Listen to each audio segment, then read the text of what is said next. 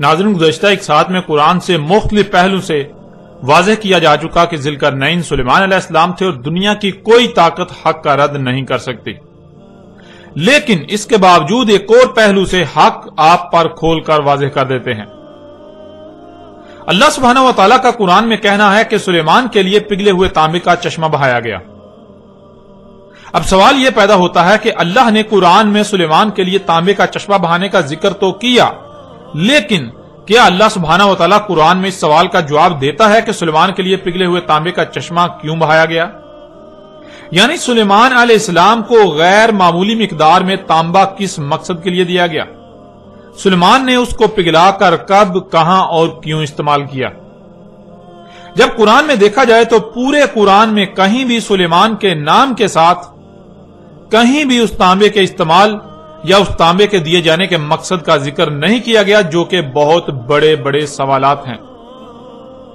کیونکہ ناظرین، پہلی بات تو یہ ہے کہ اللہ نے سلیمان کے لیے تانبے کا چشمہ بہانے کا ذکر کیا تو آخر کیوں، یہ بتانے کی کوئی وجہ بھی تو ہونی چاہیے تھی۔ تانبے کا چشمہ کیوں بہایا گیا سلیمان کے لیے؟ آخر سلیمان کو اس کی ضرورت کب، کہاں اور کیوں پیش آئی؟ اتنی بڑی مقدار میں تانبے کا استعمال کہاں کیا گیا؟ آپ پورے کا پورا قرآن چھان لیں، آپ کو کہیں بھی سلیمان کا نام استعمال کرتے ہوئے سلیمان کی طرف سے تانبے کے استعمال کا ذکر نہیں ملے گا۔ اور اگر یہ بات مان لی جائے کہ قرآن ان سوالات کے جوابات دینے سے قاصر ہے، خاموش ہے، تو قرآن اپنے ہی دعوے میں غلط ثابت ہو جاتا ہے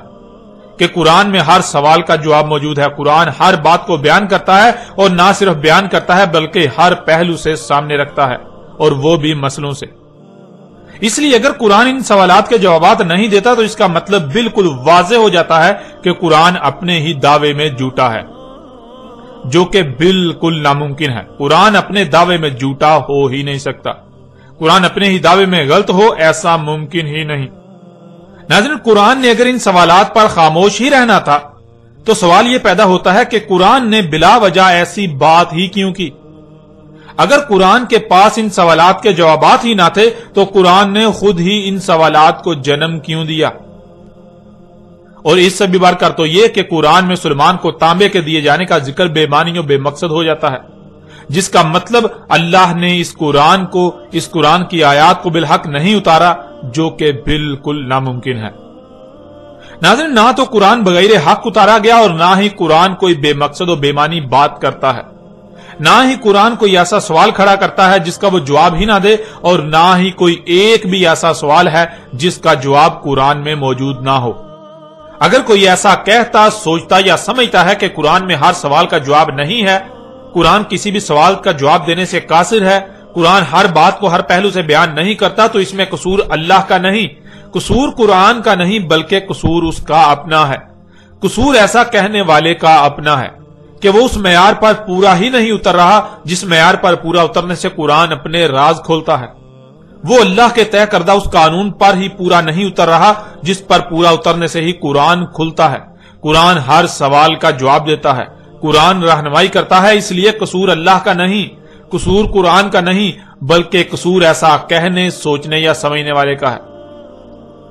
آپ پیچھے یہ بات جان چکے کہ اللہ نے نہ صرف ہر اس بات کو، ہر اس مسئلے یا معاملے کو قرآن میں بیان کر دیا جو انسانوں کو پیش آنا تھا، اور پھر کسی ایک بھی بات، معاملے یا مسئلے کو قرآن میں ایک ہی پہلو سے ایک ہی مقام پر بیان نہیں کیا، بلکہ ہر بات کو، ہر معاملے کو، ہر مسئلے کو ہر پہلو سے ایک سے زائد مقامات پر قرآن میں بیان کیا۔ اس لیے قرآن میں اللہ سبحانہ و تعالیٰ نے ایک مقام پر یہ بتایا کہ سلیمان کے لیے تانبے کا چشمہ بہا دیا، تو اسی قرآن میں کسی دوسرے مقام پر سلیمان ہی کی طرف سے اس تانبے کو کب، کہاں اور کیوں استعمال کیا گیا، اس پر بھی تفصیل کے ساتھ بات کی۔ اور جب اللہ سے یہ سوالات کیے جائیں تو اللہ سبحانہ و تعالیٰ ان سوالات کے جوابات سورہ الکہف میں ذوالقرنین علیہ السلام کے موضوع پر ہی بات کرتے ہوئے دیتا ہے۔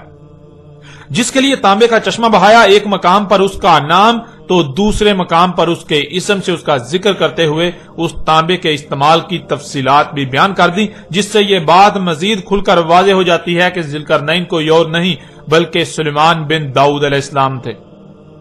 اس کے علاوہ بھی اگر آپ غور کریں تو آپ پر یہ بات واضح ہو جائے گی کہ پورے قرآن میں ایک جگہ پگھلے ہوئے تانبے کا چشمہ بہانے کا ذکر کیا گیا تو دوسری جگہ اس تانبے کے استعمال کا ذکر کیا گیا کہ اسے کب، کہاں، کیوں اور کس مقصد کے لیے استعمال کیا، جس سے یہ بات بالکل واضح ہو جاتی ہے کہ جب تانبا سلیمان کو دیا گیا تو ظاہر ہے استعمال بھی سلیمان نے ہی کیا، یوں ذوالقرنین کوئی اور نہیں بلکہ اللہ کے نبی سلیمان علیہ السلام تھے۔ ناظرین، آپ پر ہر لحاظ سے کھل کر واضح ہو چکا کہ ذوالقرنین سلیمان علیہ السلام تھے،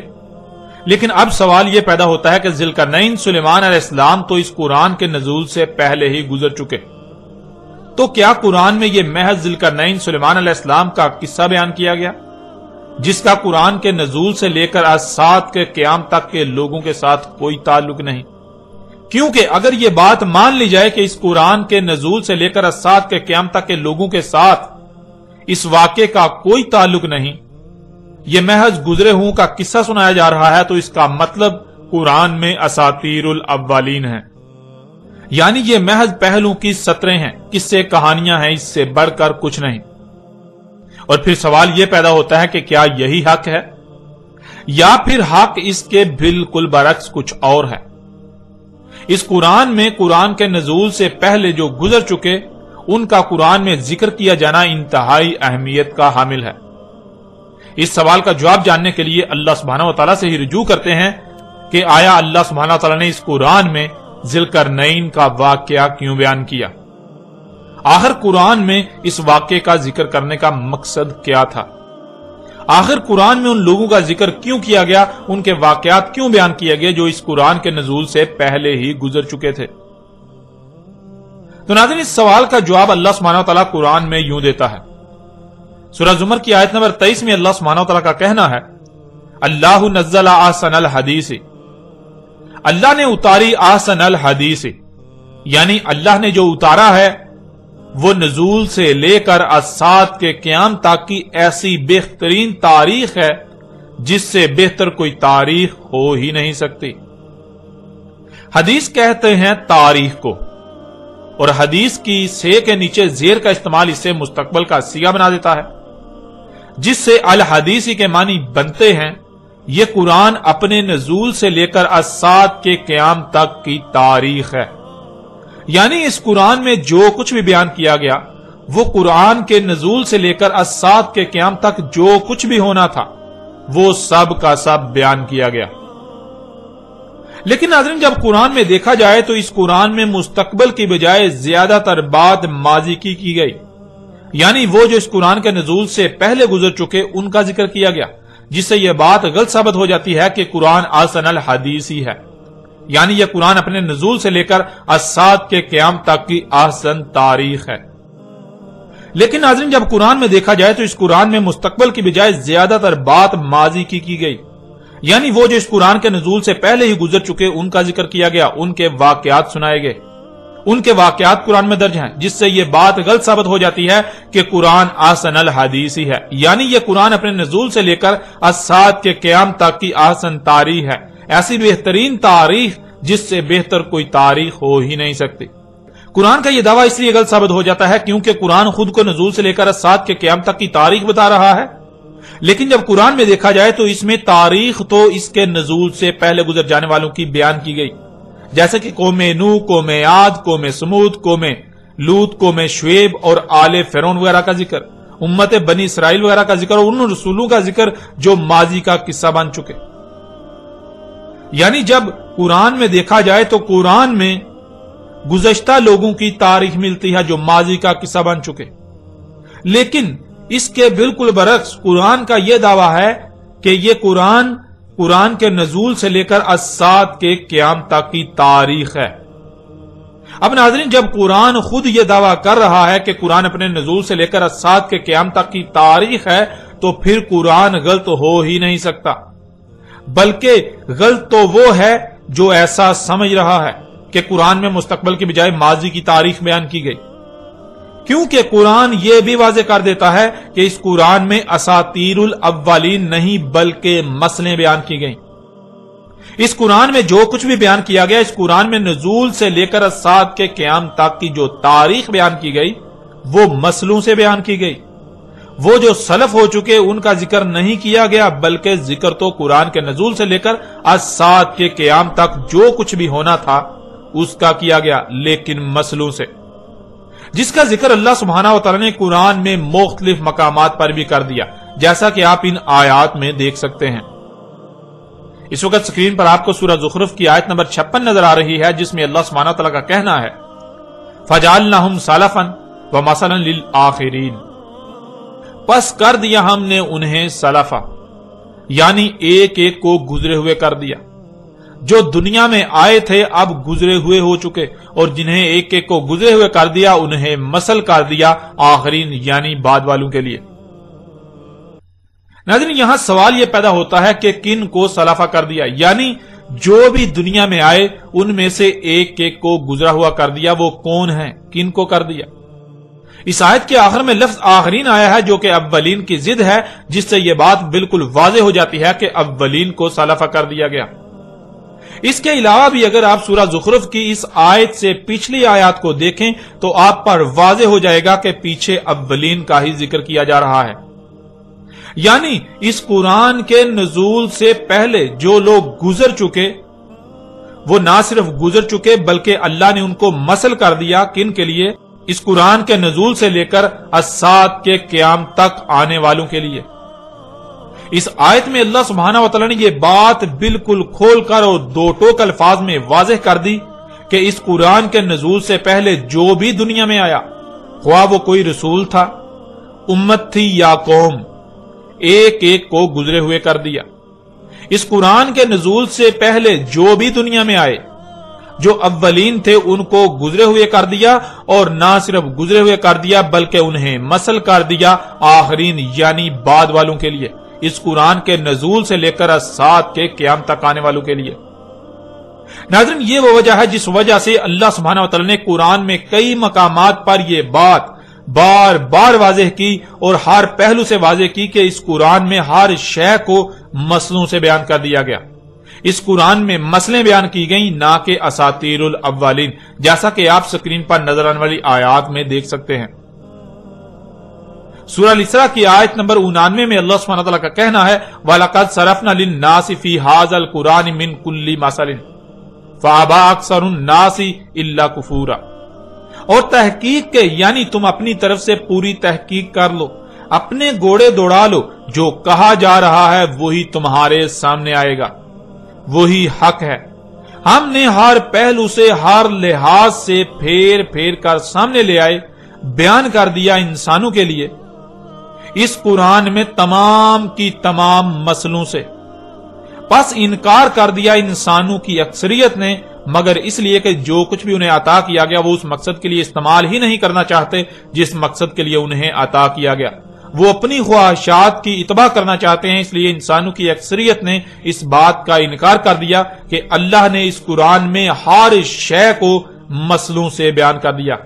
اس قرآن کے نزول سے لے کر الساعۃ کے قیام تک جو کچھ بھی ہونا تھا وہ سب کا سب ہر پہلو سے بیان کر دیا مسئلوں سے۔ اس بات کا انسانوں کی اکثریت نے انکار کر دیا۔ پھر آگے سورہ الکہف کی آیت نمبر 54 میں اللہ سبحانہ وتعالی کا کہنا ہے وَلَقَدْ صَرَفْنَا فِي هَذَا الْقُرْآنِ لِلنَّاسِ مِنْ كُلِّ مَثَلٍ وَكَانَ الْإِنسَانُ أَكْثَرَ شَيْءٍ جَدَلًا، اور تحقیق کے، یعنی تم اپنی طرف سے پوری تحقیق کر لو، تم اپنے گھوڑے دوڑا لو، جو کہا جا رہا ہے وہی تمہارے سامنے آئے گا اور وہی حق ہے۔ ہم نے ہر پہلو سے، ہر لحاظ سے پھیر پھیر کر سامنے لے آئے، بیان کر دیا انسانوں کے لیے اس قرآن میں تمام کی تمام مسئلوں سے، یعنی اس قرآن میں ماضی میں پیش آنے والے واقعات میں سے صرف ان کا ذکر کیا جو خوب بخو اس قرآن کے نزول سے لے کر الساعۃ کے قیام تک پیش آئیں گے۔ انسانوں کے ہر سوال کا جواب ہر پہلو سے، ہر لحاظ سے پھیر پھیر کر اس قرآن میں بیان کر دیا۔ قرآن کے نزول سے لے کر الساعۃ کے قیام تک انسانوں کو جب جب جو جیسے جیسے رہنمائی درکار تھی، سب کا سب اس قرآن میں ہر پہلو سے پھیر پھیر کر تمہارے سامنے لے آئے۔ اور تھا انسان اکثریت معاملات میں جھگڑا کرنے والا، سو جھگڑا ہی کیا۔ یعنی قرآن کی بات تسلیم کرنے کی بجائے اپنی خواہشات و اپنے خود ساختہ الہوں کی باتوں کو قرآن پر ترجیح دی۔ جب بھی قرآن نے کسی معاملے میں رہنمائی کی تو اپنی بےہودہ دلیلوں کو قرآن پر پیش کیا اور قرآن کے مد مقابل اور اشیاء کو لا کھڑا کیا، وہ بات تسلیم نہ کی جو قرآن نے کی۔ ناظرین، ان آیات میں اللہ سبحانہ وتعالی نے یہ بات واضح کر دی کہ قرآن کے نزول سے لے کر اجساد کے قیام تک انسانوں کو جو معاملات بھی پیش آنے تھے، ان کے ہر سوال کا جواب اسی قرآن میں بیان کر دیا۔ نہ صرف بیان کر دیا بلکہ پھیر پھیر کر ہر پہلو سے مسئلوں کے ساتھ بیان کر دیا۔ یعنی اس قرآن میں اس قرآن کے نزول سے لے کر اجساد کے قیام تک جو کچھ بھی ہونا تھا یا ہونا ہے، اس سب کی تاریخ پہلے ہی لکھ دی اور مسئلوں سے لکھی گئی۔ مطلب یہ کہ آپ اس قرآن میں دیکھتے ہیں بار بار جگہ جگہ وہ لوگ جو گزر چکے ان کا ذکر آتا ہے، بہت سے واقعات کا ذکر آتا ہے جو ماضی میں ہو چکے، جس سے بظاہر ایسا لگتا ہے کہ قرآن گزرے ہوں کی کہانیاں سنا رہا ہے۔ قرآن ان لوگوں کے قصے سنا رہا ہے جو اس قرآن کے نزول سے پہلے ہی دنیا سے جا چکے، گزر چکے، لیکن وہ قصے کہانیاں نہیں ہیں، وہ اساطیر الاولین نہیں ہیں، بلکہ وہ سب کی سب مسئلے ہیں۔ ماضی میں جو کچھ بھی ہوا اس میں سے وہ اور ایسے بیان کیا جو آگے مستقبل میں ہونے والے واقعات کا احاطہ کرے۔ یعنی اس قرآن میں اس قرآن کے نزول سے لے کر اجساد کے قیام تک کی تاریخ اس طرح مسئلوں سے لکھی گئی جس سے نہ صرف ماضی کی تاریخ بھی آ جاتی ہے اور مستقبل میں کیا کچھ ہونا ہے اس کی تاریخ بھی بن جاتی ہے۔ جہاں امت بنی اسرائیل کا ذکر کیا جا رہا ہے تو اگر اس سے مراد یہ لے لیا جائے کہ یہاں بنی اسرائیل کا ذکر کیا جا رہا ہے تو پھر جان لیں بنی اسرائیل تو گزر چکے، ماضی کا قصہ بن چکے۔ تو اس کا مطلب یہ ہوگا کہ قرآن بنی اسرائیل کی کہانی سنا رہا ہے، بنی اسرائیل کا واقعہ سنا رہا ہے۔ یوں قرآن میں بنی اسرائیل سے متعلق جو کچھ بھی آیا ہے وہ محض چند سطور کے علاوہ کچھ نہیں، جنہیں عربی میں اساطیر الاولین کہا جائے گا۔ لیکن قرآن خود یہ کہہ رہا ہے کہ اس قرآن میں اساطیر الاولین نہیں بلکہ مسئلے ہیں۔ مطلب اصل میں ذکر بنی اسرائیل کا نہیں بلکہ موجودہ امت کا کیا جا رہا ہے، لیکن مسئلوں سے۔ اس کے بہت سے فائدے ہیں، یعنی قرآن میں اس طرح بیان کرنے کے، اس طرح بات کرنے کے بہت سے فائدے ہیں۔ ایک تو یہ کہ اس طرح نہ صرف اصل مقصد مستقبل کی تاریخ بن گئی، دوسرا بنی اسرائیل یعنی ماضی کی تاریخ بھی لکھی گئی۔ تیسرا یہ کہ قرآن جو بار بار غور و فکر کا کہتا ہے، جو غور و فکر نہیں کریں گے وہ اسی کے ذریعے گمراہی کا شکار ہوں گے، وہ یہی سمجھیں گے کہ یہ بنی اسرائیل کی کہانی سنائی جا رہی ہے، یہ اساطیر الاولین ہیں، یہ جو اولین ہیں ان کی محض سطریں ہیں، اور جو غور و فکر کریں گے، جو غور و فکر کرنے والے ہیں وہ اس سے ہدایت پائیں گے، ان پر واضح ہو جائے گا کہ یہ اساطیر الاولین نہیں بلکہ مسئلے ہیں۔ قرآن میں جہاں جہاں گزشتہ لوگوں کا ذکر کیا گیا اصل میں وہاں ان کا ذکر نہیں بلکہ موجودہ لوگوں کا ذکر ہے، ان کی تاریخ لکھی گئی۔ اس قرآن میں اس قرآن کے نزول سے لے کر اجساد کے قیام تک جو کچھ بھی ہونا تھا اس سب کے سب کی تاریخ لکھ دی گئی مسئلوں سے۔ ناظرین، اللہ سبحانہ وتعالی نے اس قرآن میں حق اس قدر کھول کھول کر واضح کر دیا، لیکن افسوس کہ حق اس قدر واضح ہو جانے کے باوجود بھی آج تک خود کو مسلمان کہلوانے والے، خود کو اس قرآن کے اہل کہلوانے والے یہی کہتے سمجھتے لکھتے اور سناتے آئے کہ اس قرآن میں اساطیر الاولین ہیں، یعنی اس قرآن میں اس کے نزول سے پہلے کے لوگوں کے بارے میں جو کچھ بھی لکھا ہوا ہے وہ سب کے سب ان کے قصے و کہانیاں سنائی جا رہی ہیں، جن کا قرآن کے نزول سے لے کر اجساد کے قیام تک کے لوگوں کے ساتھ کوئی تعلق نہیں سوائے ان کو ان کی کہانیاں سنائے جانے کے۔